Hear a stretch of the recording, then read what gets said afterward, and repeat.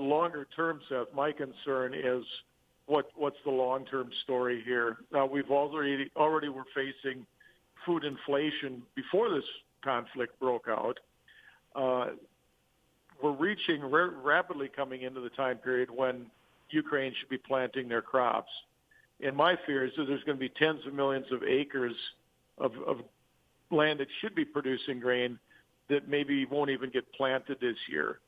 And as you think about the implications of that from a longer-term perspective, it can lead to obviously rapid food inflation, but also lead to famine in portions of the world. The second aspect of that is that probably 25% or so of fertilizer or fertilizer ingredients come out of the Black Sea. Russia's a huge producer of fertilizer. And so even the areas of the world where crops get planted, if there's a lack of fertilizer, if high-priced fertilizer prevents people from utilizing as much, I think we could also see yields drop off in areas where crops do get planted. And obviously long-term, that could be somewhat of a disaster. Sure. The one thing that people maybe are not focused on, we've talked about corn and wheat, but also if you look at vegetable oil, which has been just on a runaway, in large part here in the U.S. because of government policies that's pushing renewable diesel, which is made with vegetable oil.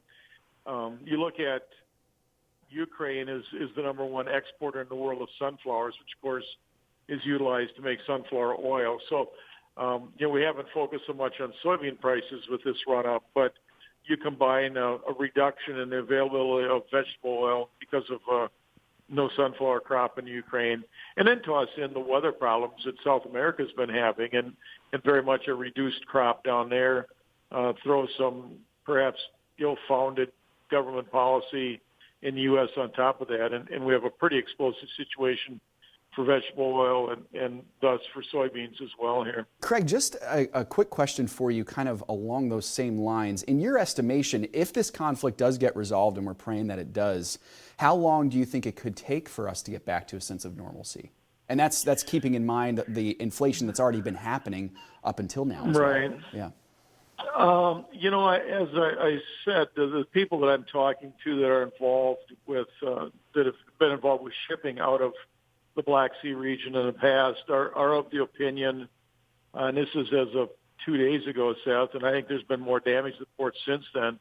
But 2 days ago, the general consensus was that it would be, up to a year before those ports were fully functional. And I don't understand how the mining of waters works, but from what I'm being told, the ports were heavily mined. So even if you get the damage, the port facilities themselves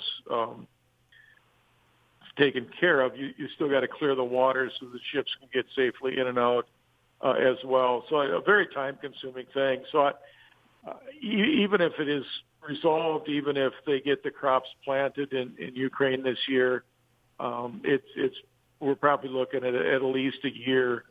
And then the other thing is people have already made decisions in this nation, for example, on planting based on prices of fertilizer and that type of thing. And as we've discussed in the past, the fertilizer prices have taken some pretty sharp runs here.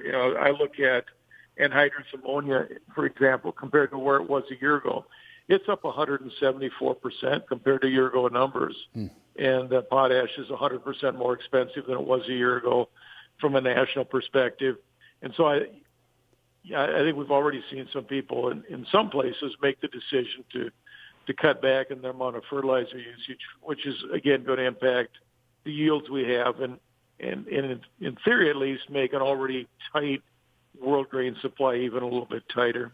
Hey, remember to click the subscribe button right here on the screen. And don't forget to hit the notification bell so you'll be notified when new content is added.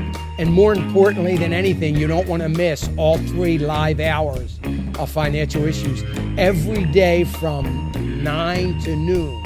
And you can watch it on FISM.tv. That's FISM.tv.